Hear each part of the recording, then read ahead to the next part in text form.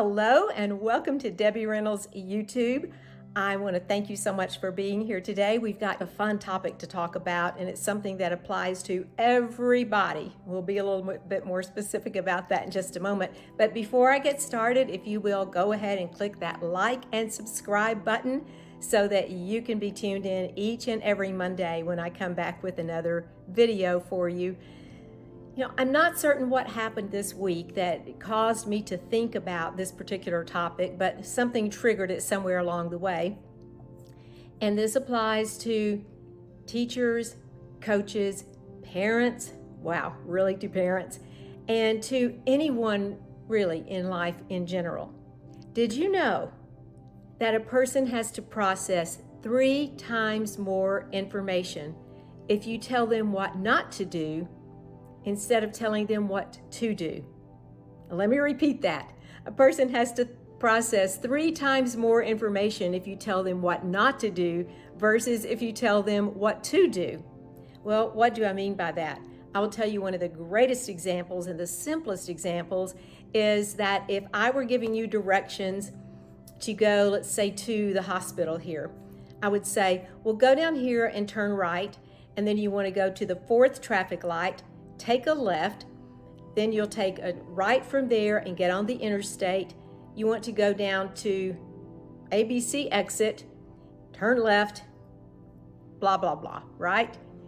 What if I said to you, okay, so when you go out of here, then you're going to be at a stop sign, and then the next traffic light you get to, you want to turn to the right. Then you want to go down to the 4th traffic light.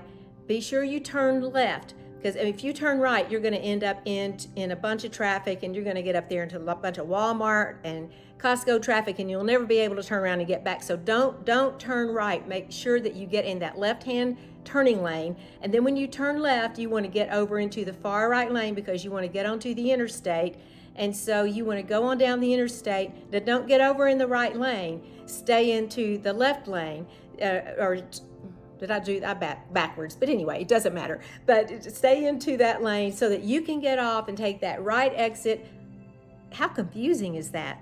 You know what happens is you go out of here, you take your turns, you get down to the intersection, and you say, wait a minute, did she say to turn left, right? See, not only did you have to process what to do, you had to process what not to do, and you had to process the difference between the two.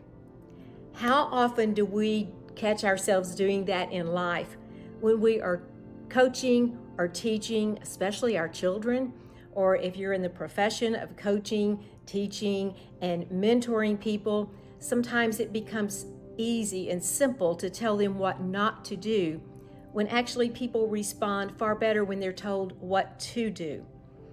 We can take this into an example of telling kids to clean their room. Okay, Johnny, I want you to go back there and I want you to clean your room, pick up all your toys. I want you to make up your bed. Don't get started watching video games, and don't turn your TV on. I don't want you to do any of those things. All you need to do is just what I told you to do and get that room cleaned up. You got it? Johnny's mind is saying, clean bed, pick up toys, video game, TV. He's remembered 4 things out of that. There's 4 key words that stick with him. Wouldn't it have been much simpler to be very clear and specific and to have said, Johnny, I want you to clean up your room, I want you to make your bed and pick up all your toys. Come and let me know when you're finished with that. Pretty simple, right?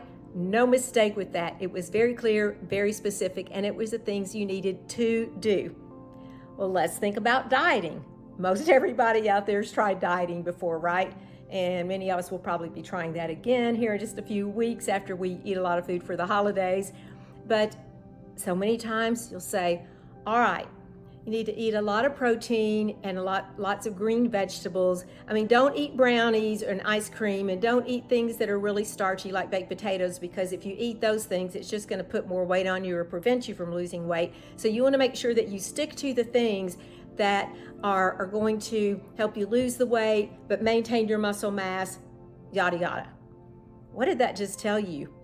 Your mind, even though you kind of knew this and it was common sense, when you walk away from that person, your mind is going proteins, green vegetables, ice cream, cake, brownies, whatever.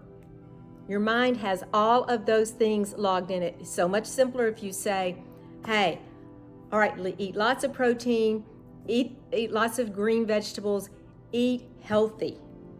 When you start on that, all the unhealthy tangents of food, which don't get me wrong, I eat those and they are delicious. But when you start down that path, all you're doing is channeling the person's mind to think about those things. And if someone says to you, don't eat the brownie, don't eat those brownies, then your mind is saying brownie, brownie, brownie, brownie.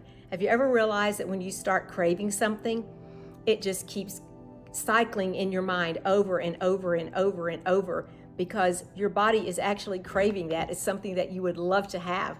So that's my easy little tip for you. Again, whether you're a teacher, whether you're a parent, whether you're a coach, it doesn't matter.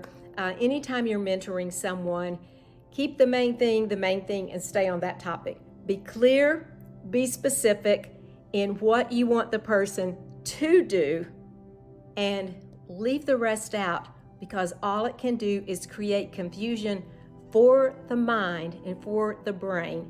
And we don't want to do that.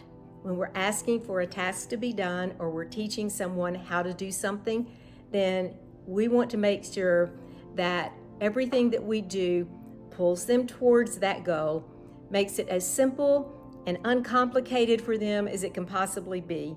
So I hope you'll remember that little tip when it's your turn to talk, teach, mentor, coach, because it's a very valuable tip. We only want people to process the information they need to process and leave the rest out of it. You guys, I hope you have a wonderful, beautiful day, and thank you so much for tuning in. I'd love to hear your comments on this. I would love to know what you think about it, whether you agree, disagree. Please put that in the comments below so I can start a conversation with you. If you want to reach out to me via social media, then all of those links are below too. And I look forward to talking with you and hearing from you very, very soon. Again, be sure you go back and click like and subscribe. Put your comments so that I can respond to you. And I look forward to getting to know you all much, much better. Take care. Have a blessed day.